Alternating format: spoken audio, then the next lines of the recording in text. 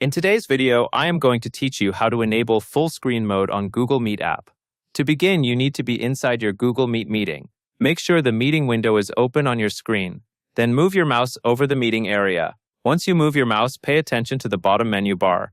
You should see the bottom bar appear, usually with several icons. If the bar does not show up right away, move your mouse slightly again within the meeting window. Next, look near the bottom right corner of the meeting window.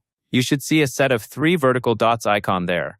This is the menu that contains extra viewing and meeting options. Click those 3 vertical dots to open the pop-up menu.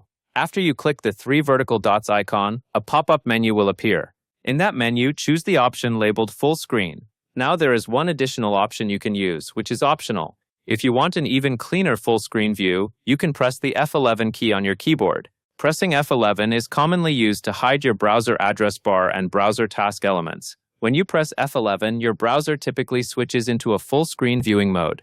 You will likely see the meeting become even more immersive, with less screen clutter overall. At this point, you are done with the main setup. That covers everything you need to know.